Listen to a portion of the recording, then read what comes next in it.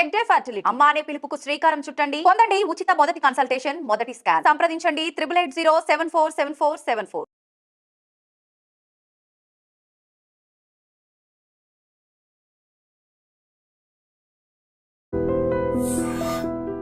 Weather గురించి మాట్లాడుతున్నారు. Flight పైకి వెళ్ళిన తర్వాత కింద రన్వే గారు వచ్చే సమయంలో ఒక్కోసారి ఫాగ్ ఎక్కువ ఉంటుంది. అవునండి. ఫాగ్ ఎక్కినప్పుడు మనకు జీరో బేస్ రన్వే కనిపిస్తున్న లైట్స్ సిస్టమ్ ఉందా, లేదా ఇంకా మనం వెనకబడి ఉన్నామండి? ఇప్పుడు మొదలేమో మనకు ఒక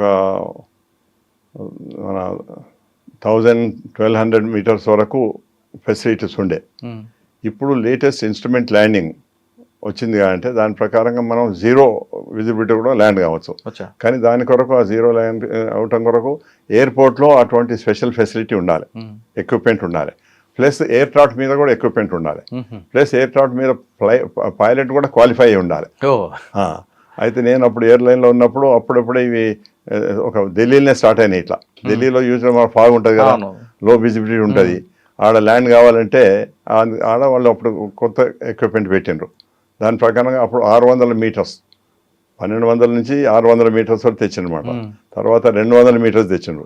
ఇప్పుడు ఆల్మోస్ట్ మనం 50 మీటర్స్ కూడా ల్యాండ్ కావచ్చు అనమాట. అంత సాఫిస్టికేటెడ్ ఎక్విప్మెంట్ గ్రౌండ్లో ఉండాలి, అంత సాఫిస్టికేటెడ్ ఎక్విప్మెంట్ ఎయిర్ క్రాఫ్ట్లో ఉండాలి. Plus pilot should be qualified. ఈ రెండింటి కంపేర్ చేసుకొని మేనేజ్ చేసుకునే కెపాసిటీ పైలట్ ఉంటాయి. అయితే నేనేం చేస్తాను, as instructor examiner I used to take the pilots on the flight సిమ్యులేటర్లో నేను ట్రైనింగ్ ఇస్తాను. తర్వాత మళ్ళీ ఢిల్లీ అటువంటి లో హైట్ వరకు వాళ్ళకి ట్రైనింగ్ ఇస్తాను అనమాట. ఎట్లా ఎక్విప్మెంట్ ఎట్లా యూజ్ చేయాలి, ఆటో ల్యాండింగ్ అని ఉంటుంది. ఆటో ల్యాండింగ్ మీద ట్రైనింగ్ మేము సిమ్యులేటర్లు ఇస్తాము. తర్వాత మళ్ళీ ఎయిర్ క్రాఫ్ట్ మీద కూడా ట్రైనింగ్ ఇస్తాం అనమాట. ఇచ్చి అప్పుడే we qualify that pilot, yes he is qualified to land in bad weather at Delhi. So అట్లా ఎంతమంది క్వాలిఫై అయిందో వాళ్ళే ల్యాండ్ కావద్దు, వేరే వాళ్ళు ల్యాండ్ కాదు. ఇప్పుడు సడన్ గా వచ్చింది అనుకోండి సార్, ఇప్పుడు నాలుగు పైలట్ ఉన్నాడు, నాకు ఎక్స్పీరియన్స్ లేదు. ఆ టైంకి ఢిల్లీలోనో లేదంటే శంషాబాద్లోనో క్లౌడ్ ఎక్కువ వచ్చి లేదంటే ఫాగ్ ఎక్కువ వచ్చింది అనుకో, ఎయిర్పోర్ట్లో ఉంది ఎక్విప్మెంట్ ఉంది, ఎయిర్ క్రాఫ్ట్ లో కూడా ఉంది ఎక్విప్మెంట్, కానీ నాకు ఎక్స్పీరియన్స్ లేదు. అప్పుడు ఏం చేయాలి? Pilot cannot be permitted to go. Sudden గా ఉండదు, మన ఫోర్కాస్ట్ ఉంటుంది. ఫోర్కాస్ట్ ప్రకారంగా వాడు చూస్తుంటారు అనమాట. నేను పోయే వరకు ఈ వెదర్ ఉంటుంది, దిస్ వెదర్ ఇస్ ఎక్స్పెక్టెడ్ అని ఉంటుంది, మనకు ఇన్ఫర్మేషన్ ఉంటుంది. దాన్ని బట్టి if the pilot is qualified he'll go, otherwise he will not go. If at all he goes. ఢిల్లీలో ఎన్నిసార్లు అయినాయి ముందు ఏమవుతుండే అంటే ఈ ప్రైవేట్ ఎయిర్లైన్స్ వచ్చిన తర్వాత there pilots are not qualified for this auto landing and that low visibility landing. అయితే మా airline, Indian airlines, air India pilots land అవుతారు, వాళ్ళు కాకపోతారు అనమాట. వాళ్ళు మళ్ళీ డైవర్ట్ అయ్యి లక్నోకి పోతారు, లేకపోతే జైపూర్ పోతారు, ఎట్లా పోతారు. అయితే ప్యాసింజర్స్ అడుగుతారు, ఓ జహాజ్ ల్యాండ్ హువా, హమారా జహాజ్ కే ఉన్నాయి ల్యాండ్ హువా అడుగుతారు అనమాట. అంటే అప్పుడు initially we use to tell them saying that this is the requirement is that one has to qualify himself to land in this visibility. వాళ్ళ ఎయిర్ క్రాఫ్ట్లో ఎక్విప్మెంట్ ఉండాలి. ఇప్పుడు గ్రౌండ్లో ఎక్విప్మెంట్ ఉంది, అది కామన్, అందరూ యూజ్ చేసుకోవచ్చు. కానీ ఒక్కొక్క ఎయిర్ క్రాఫ్ట్లో ఉండొచ్చు, ఎయిర్ క్రాఫ్ట్లో ఉండకపోవచ్చు, ప్రైవేట్ ఎయిర్లైన్స్ ఉండకపోవచ్చు కదండి. అదే అంటున్నాను, అందుకొరకే మరి వాళ్ళు ల్యాండ్ కాగలరు. అట్లే ప్రైవేట్ ఎయిర్లైన్లో పైలట్స్ కూడా అప్పుడు ట్రైనింగ్ లేకుండే, so they were not qualified to land. Okay, so that is how. ఇప్పుడు మా ఇండియన్ ఎయిర్లైన్స్లో కూడా, ఎయిర్ ఇండియాలో కూడా అందరు pilots were not qualified. So అందుకొరకే నేను వాళ్ళని ఢిల్లీ తీసుకుపోయి ఢిల్లీలో ఆ లో విజిబిలిటీ కండిషన్ వాళ్ళని ట్రైనింగ్ ఇచ్చి I have to certify that he is fit to fly in this weather అని.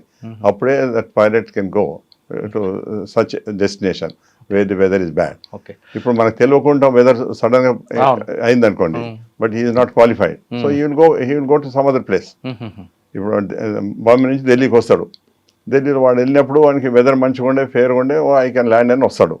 బట్ ఢిల్లీకి వచ్చిన తర్వాత the visibility is so bad that for which he is not qualified are his air craft is not having the proper equipment, then he cannot land, so he is supposed to go somewhere else. Jaipur or Lucknow. These are the diversions అన్నమాట. Sir ఇప్పుడు మీరు నాకు చెప్పారు అన్నమాట, ఏది జరిగినా pilot మీద responsibility ఉంటుందండి. అవునండి. అంటే రెస్పాన్సిబిలిటీ ఎక్కువ ఉన్నాయి కాబట్టి అందులో ఏమైనా తప్పులు చేయొచ్చా? అసలు రెస్పాన్సిబిలిటీ ఏముంటాయండి? ఇప్పుడు ఒకసారి ఫ్లైట్ పైలట్ పోయి కూర్చుండి, if he has taken over the charge of the aircraft, అప్పటి నుంచి entire responsibility till he lands and hand overs the aircraft, entire responsibility is on the commander. Commander has to first check the aircraft, మొత్తం all around పోతాడు, check చేసుకుంటాడు. Check చేసుకున్న తర్వాత మళ్ళా engineer పుస్తకం తీసుకొచ్చి ఇస్తారు, ఆయన కూడా అన్ని చెక్ చేసుకొని సర్టిఫై చేస్తామన్నమాట this aircraft is fit for flight అని. అప్పుడు ఇతడు అన్ని ఒక్కొక్క ఐటమ్ చెక్ చేసుకుంటాడు. ఎయిర్క్రాఫ్ట్ దగ్గర పోగానే ఫస్ట్ చుట్టూ ఎయిర్క్రాఫ్ట్ చుట్టూ తిరుగుతాడు. మనం దేవుని గుడి గారు పోతే ఎట్లా తిరుగుతాం అట్లా చుట్టూ తిరుగుతాం అనమాట. తిరిగి మొత్తం చెక్ చేసుకుంటాం, ఎక్స్టర్నల్ అంతా చెక్ చేసుకుంటాం. తర్వాత వచ్చి కాక్పిట్లో కూర్చోండి ఇంటర్నల్ చెక్ చేసుకుంటాం. చెక్ చేసుకున్న తర్వాత ఇంజనీర్ బుక్ చూసుకొని దాంట్లో ఏమైనా డిఫెక్ట్స్ ఉండనా, ఏమైనా రిపేర్ చేసిండ్రా, ఎట్లా ఉంది ఎయిర్క్రాఫ్ట్ అని అంతా చూసుకొని అప్పుడు we accept the aircraft. Engineer offers that this aircraft is fit for flight అని. Then the pilot after checking all these things he accepts the flight. అప్పటి నుంచి ఆయన రెస్పాన్సిబిలిటీ అనమాట. మళ్ళీ ల్యాండ్ అయ్యి అక్కడ హ్యాండ్ ఓవర్ చేస్తే దానిక entire responsibility is his. Aircraft చుట్టూ పైలట్ తిరుగుతారండి. కానీ ఇప్పుడు ఎక్కడ కనపట్లేదండి. లేదు వాళ్ళు హాఫ్ అన్ అవర్ ముందో 45 minutes ముందు వస్తారు. మీరు పోయే వరకు 15 minutes 10 minutes ముందు మీరు పోతారు. So might not notice, but sometimes మనకు విజన్ ఉంటుంది. ఎయిర్క్రాఫ్ట్ అక్కడ ఉన్నది, మనం ఆడ పెద్ద పెద్ద విండోస్ ఉంటే చూస్తుంటే there you can observe that this pilot has come. Must it's must అనమాట. నేను when I was instructor or examiner ఉంటే I used to see from the distance whether that pilot is doing the check or not. ఒకసారి it is so happen, మా flight కంటే ముందు ఆ aircraft వచ్చి land అయింది.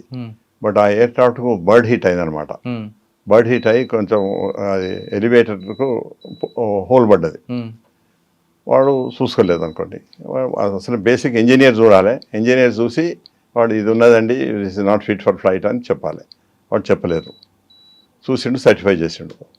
తర్వాత ఈయన పైలట్ ఎవరినైతే నేను చెక్ చేస్తున్నాం అతడు కూడా పోయాడు, అంత తిరిగి చూసుకొని అతడు కూడా వచ్చాడు. నేను I was just watching. So వాడు ఇంజనీర్ ఆఫర్ చేసిండు, వీడు పైలట్ యాక్సెప్ట్ చేసిండు.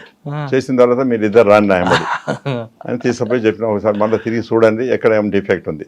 This aircraft is not fit for flight, how he has certified and how you have accepted it అని నేను చేసినమాట. చేసి వాళ్ళకి తీసుకుపోయి చూపిస్తే they were surprise, sir I don't know how we missed ఇది అని. అంటే this is how accidents happen.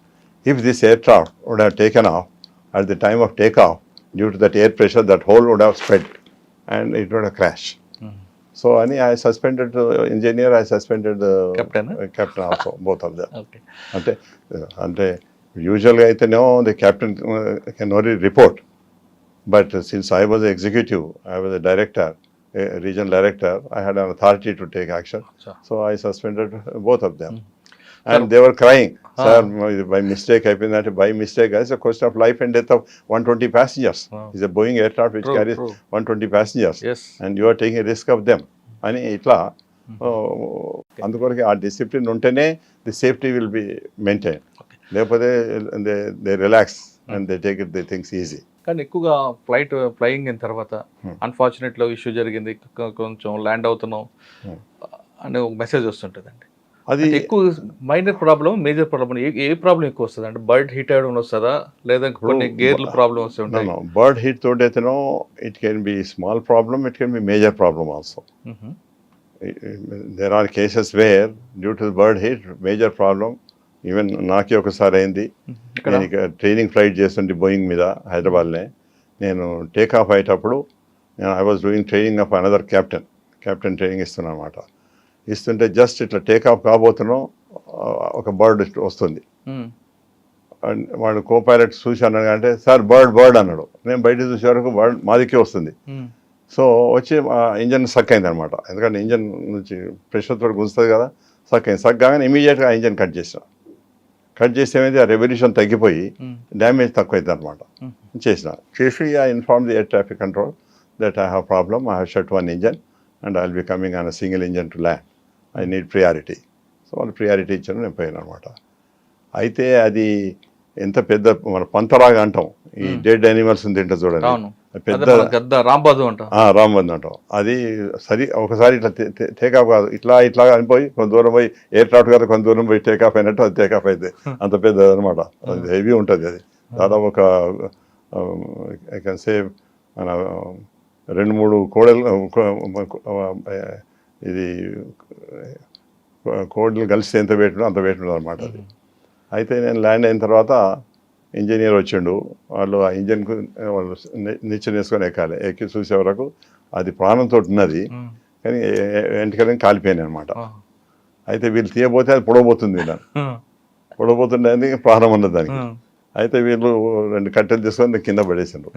కింద పడేసిన తర్వాత దాన్ని కొట్టి దాన్ని ఎంత పెద్దగా ఉందన్నమాట, 9 feet దాని యొక్క వింగ్ టు వింగ్ లెవెల్ అంత పెద్దది అది.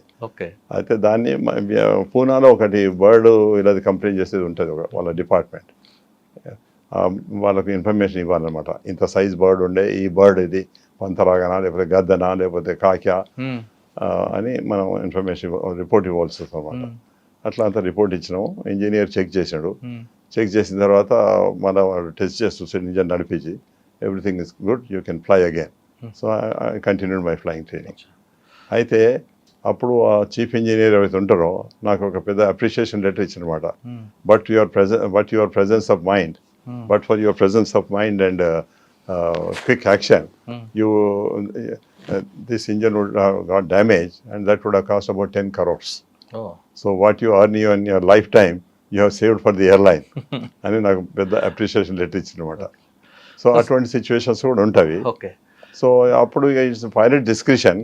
ఓసారి మనం 5-6 బర్డ్స్ వచ్చాయి అనుకోండి, మనం ఎంతైనా we cannot avoid. Some times damage happens and can create serious problems also. But అదంతా యూజువల్గా బర్డ్స్ ఓన్లీ 10,000-12,000 మ్యాక్సిమం 15,000 వరకే ఉంటాయి, అంత పైన ఉండే అనమాట. ఇక అందుకొరకే till we fly to that high. ఇవాళ రేపు ఆ బర్డ్స్ని అవాయిడ్ చేసిన కొరకు మన ల్యాండింగ్ లైట్స్ ఉంటాయి కదా, అవి ఆన్ చేసి పెట్టుకోవాలి. Now it has become a rule that any aircraft has to take off till he crosses minimum 10 to 15,000 feet. He should keep the landing lights on so that the birds కూడా దూరం చూసి avoid చేస్తాయి అనమాట. Alerting అనమాట.